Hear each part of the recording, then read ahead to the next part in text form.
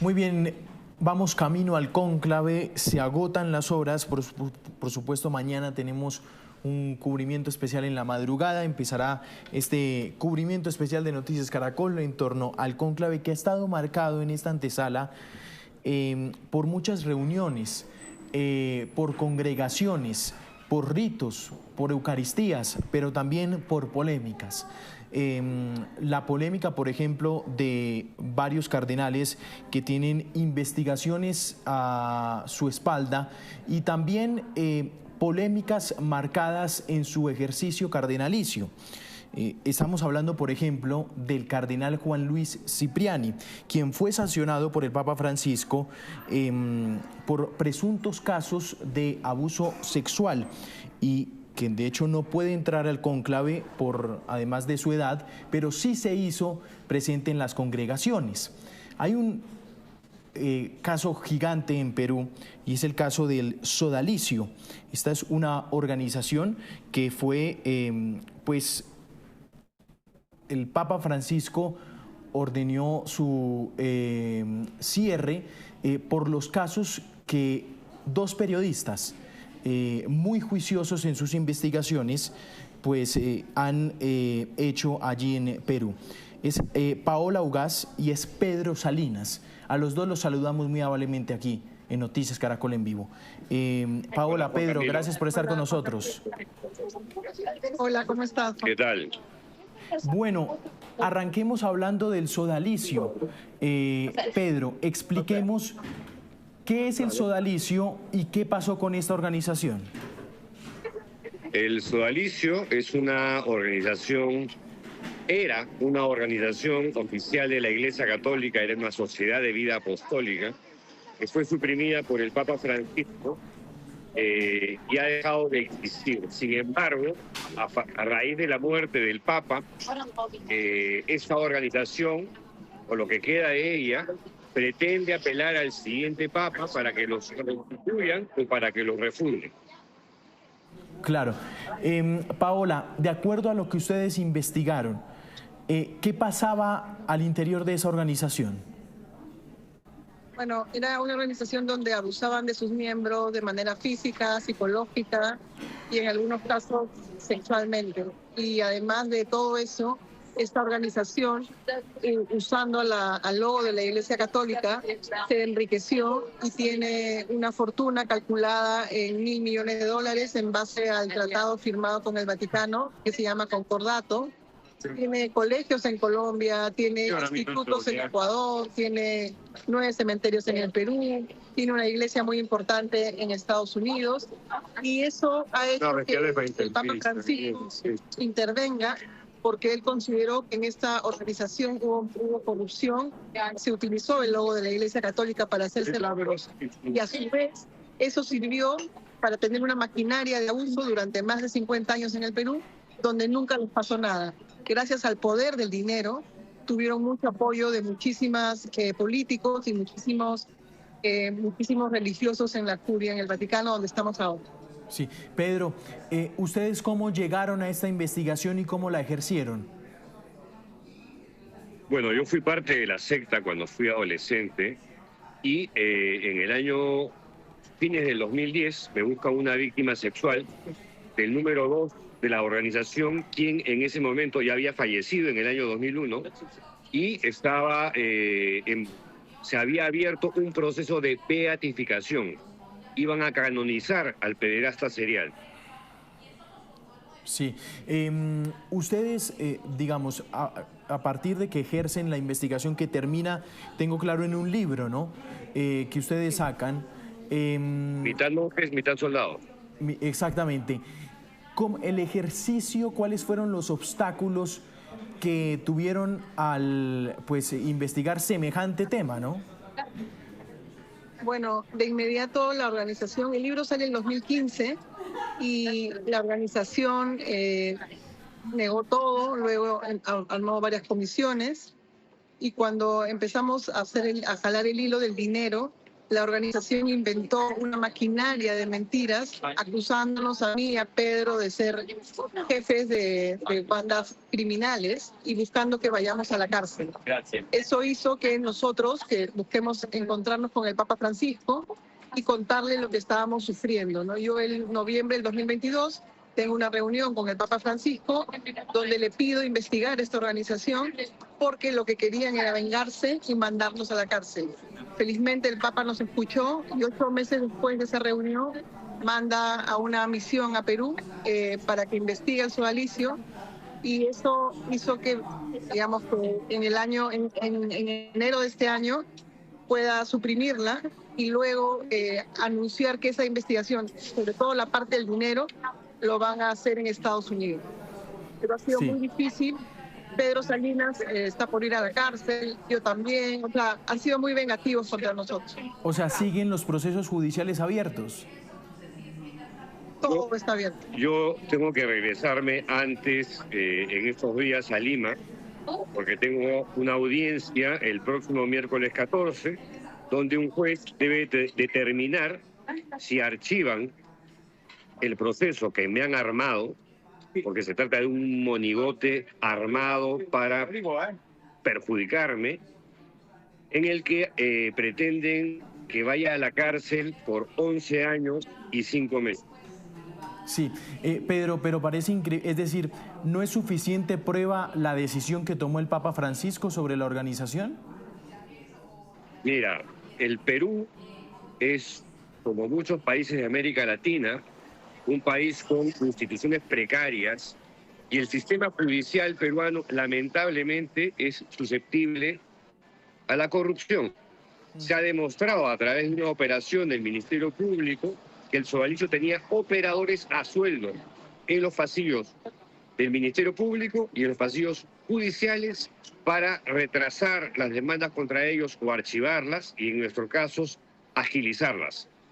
Esa es la realidad de hacer periodismo independiente en el Perú, sobre todo cuando te metes con o enfrentas a poderes fácticos y muy poderosos como esta ex institución de la Iglesia Católica. Sí, yo quiero dimensionar, Paola, un poco el tamaño de ejercicio periodístico que hicieron. Esos testimonios que ustedes tuvieron acceso de las víctimas del sodalicio, ¿cómo fueron? ¿Cuántos testimonios ustedes lograron consignar y de qué tamaño eran estos testimonios? ¿Qué les dijeron? En el libro salen 30 testimonios, en mitad monje, mitad soldados. Eran Primera edición. en la primera edición, y luego como al final de la película Spotlight, que sale en Mark Ruffalo, ¿no? Esa película sobre el Boston Globe, donde a partir del libro salieron muchísimos más testimonios. Hemos publicado más especiales sobre, digamos, casos de abusos, de esclavitud moderna, de abusos psicológicos, gente que tiene la vida rota.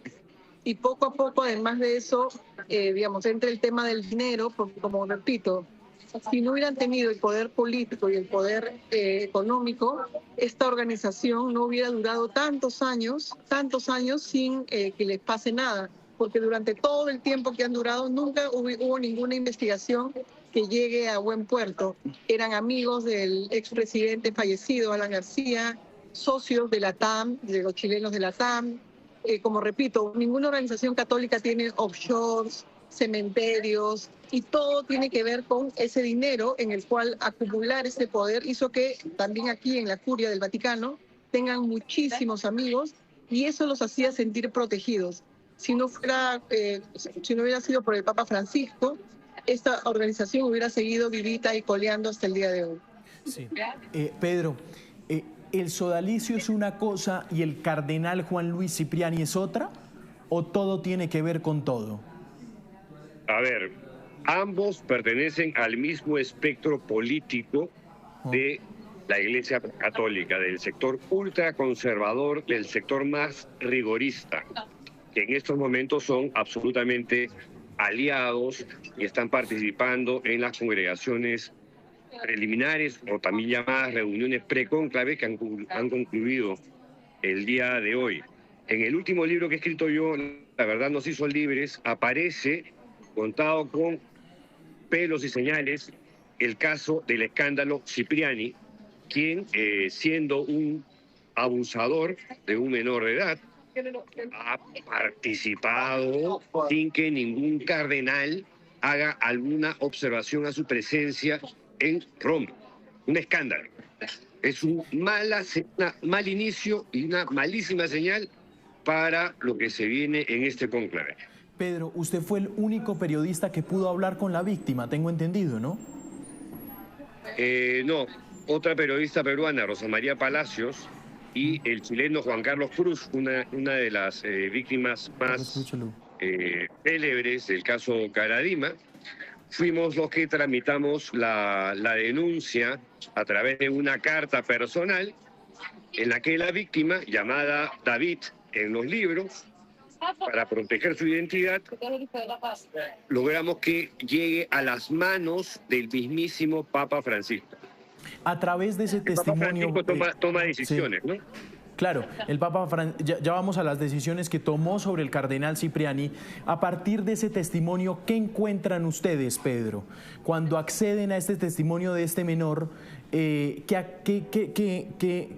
¿ustedes qué encuentran allí? No, se trata de una denuncia escalofriante, donde hay una suerte de patrón. El abuso se producía en el confesionario. Según Cipriani, era un afecto paternal el que trataba de expresarle a la víctima, pero cuando uno lee el testimonio crudo y descarnado de la víctima, claramente no había nada de afecto paternal en ese caso, ¿no? Las descripciones que se hacen ahí no es la de un padre con su hijo, es la de un depredador sexual. Sí. Frente a esto, Cipriani, ¿qué ha dicho? Que todo es falso, que todo es una campaña contra él, pobrecito, la víctima ahora es él, ¿no? Pero lo que más indigna es saber que Cipriani participa en las reuniones pre-cónclave y que ningún cardenal haya llamado la atención sobre ese punto. Sí, de las congregaciones. Paola, ¿qué decisiones tomó el Papa sobre Cipriani? Hizo un precepto penal, hizo una sanción, como en el ejército, ¿no? El general dice, no te investigo porque el Cipriani no quiso hacer la investigación, pero lo que hace es una sanción diciéndole, tú no puedes usar ropa cardenalicia, no puedes dar entrevistas, no puedes regresar al Perú, porque no quería que tenga acceso a la víctima. Son 6 prohibiciones las que le da el Papa Francisco en ese precepto penal, que no ha sido transparentado todavía, pero existe. Matteo Bruni, el portavoz del Vaticano, ha confirmado que existe el castigo. Lo que pasa es que en este caso, como señala Pedro, no hay sanción, no hay castigo posible, porque ningún cardenal le ha prohibido el ingreso, y a su vez, lo cual es muy triste, porque las reuniones han hablado del tema de abuso, han hablado del tema del dinero, del poder del sodalicio, han hablado de lo que llegaron a los 1.000 millones, donde en toda la época del crecimiento del sodalicio, el obispo de Lima era Juan Luis Cipriani. Entonces convivían perfectamente, él recibió muchísimas denuncias de gente, de mujeres, del caso sodalicio, de la parte de mujeres, de la rama de fraternas, pero nunca hizo absolutamente nada. Era una convivencia, porque comparten en la misma audiencia, pero Cipriani jamás hizo nada en contra del sodalicio. Eran, digamos, se podría decir que eran compadres, y eso mismo se ha demostrado en estas reuniones cardenalicias, ¿no? donde Cipriani no ha recibido no solo ninguna prohibición, sino que incluso hay muchísimos que lo han recibido con muchos gestos de cariño. Una cuestión adicional, Juan Camilo.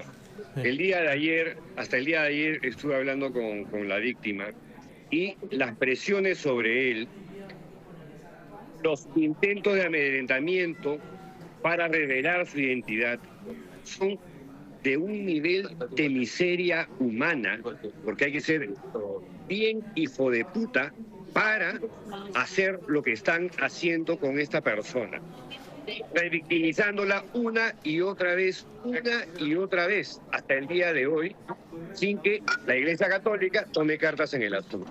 Sí, pero las presiones vienen del mismo círculo de Cipriani. Opus Dei y sodalicio, en este caso, jugando en tándem. jugando los dos en pared, codo a codo. Sí. Pedro, Pero ¿usted alguna vez ha tenido la... no olvidemos Paola, que sí. Juan Luis Cipriani estuvo en enero en Lima y recibió una medalla del alcalde de Lima, Rafael López Aliaga, que es del Opus Dei. Él llegó a Lima, entonces las presiones son muy grandes, el poder que tiene Cipriani es muy grande porque además durante 30 años ha sido uno de los poderes fácticos de la política peruana. Sí. Eso está ahí, entonces también no quieren que se caiga un ídolo para ellos. Y de la política vaticana. Recordemos que Juan Luis Cipriani es el primer cardenal histórico del Opus Dei. El primer cardenal histórico del Opus Dei es un depredador sexual de menores. Pedro, ¿usted tuvo la posibilidad de reunirse con el Papa alguna vez? Con Paola nos reunimos. Pao se ha reunido en noviembre de 2022 y en diciembre del año pasado, junto con la periodista norteamericana Elise Allen, del portal Crux, nos reunimos Elise, Paola y yo con el Papa Francisco. En esa charla, Pedro, ¿qué les dijo el Papa? Nos dijo que no confiaba en ellos, en el sodalicio, que usáramos esa conversación con él y dijéramos que él estaba con la misión Cicluna Bertomen, que hasta el día de hoy padece una campaña de descrédito, de enlodamiento, de empuercamiento por parte de la gente del sodalicio y sus agentes. Sí, Paola, ¿ustedes qué evaluación hacen de las posiciones, decisiones que tomó el Papa Francisco sobre sus investigaciones? Bueno, para nosotros fue una gran alegría saber que el Papa Francisco nos haya escuchado, que haya hecho fact-checking a lo que le dijimos, porque no es que nos tenía que creer de antemano. Él mandó a un equipo del Vaticano para que investigue en el Perú todo lo que habíamos investigado y que lo comprueben y que nos diga que teníamos razón en lo que habíamos investigado, en el tema del dinero y en el tema de los abusos. Entonces, para nosotros, tener esa solidaridad desde fuera de la comunidad internacional del Papa Francisco y, a su vez, de otro fallecido también muy querido por nosotros, como es Mario Vargas Llosa, hizo que, con esa presión, digamos, desde fuera, tanto Pedro Salinas como yo no vayamos a la cárcel, porque es una investigación que empezó en el año, Pedro en el 2010 y yo en el 2011, que no ha parado de tener muchos ataques, mucha persecución, mucha venganza, y gracias a las voces valientes de Mario Vargas Llosa y del Papa Francisco fuera del país, nosotros no hemos ido a la cárcel y se lo tenemos que agradecer para siempre. Sí. Pedro, ya para finalizar, ¿cómo ve este cónclave? ¿Perdón? ¿Cómo ves el cónclave? ¿Cómo veo el cónclave? Bueno, los favoritos siguen siendo Pietro Parolin, el filipino Tagle, pero ha comenzado a oírse el nombre del cardenal norteamericano Robert Prevost, quien es el prefecto para el dicasterio de los obispos, y ojalá que el Espíritu Santo sople por ahí y que en esta oportunidad no meta la pata como lo hizo con Ratzinger y con Botigua, y sea alguien que continúe la línea del Papa Francisco. Ustedes se refieren también a la línea que se ha seguido con las investigaciones de abuso. Por supuesto. Exactamente. Por supuesto. O sea, Ratzinger hizo algún tipo de investigación sobre los abusos sexuales a menores. No. ¿Qué hizo el santo Juan Pablo II?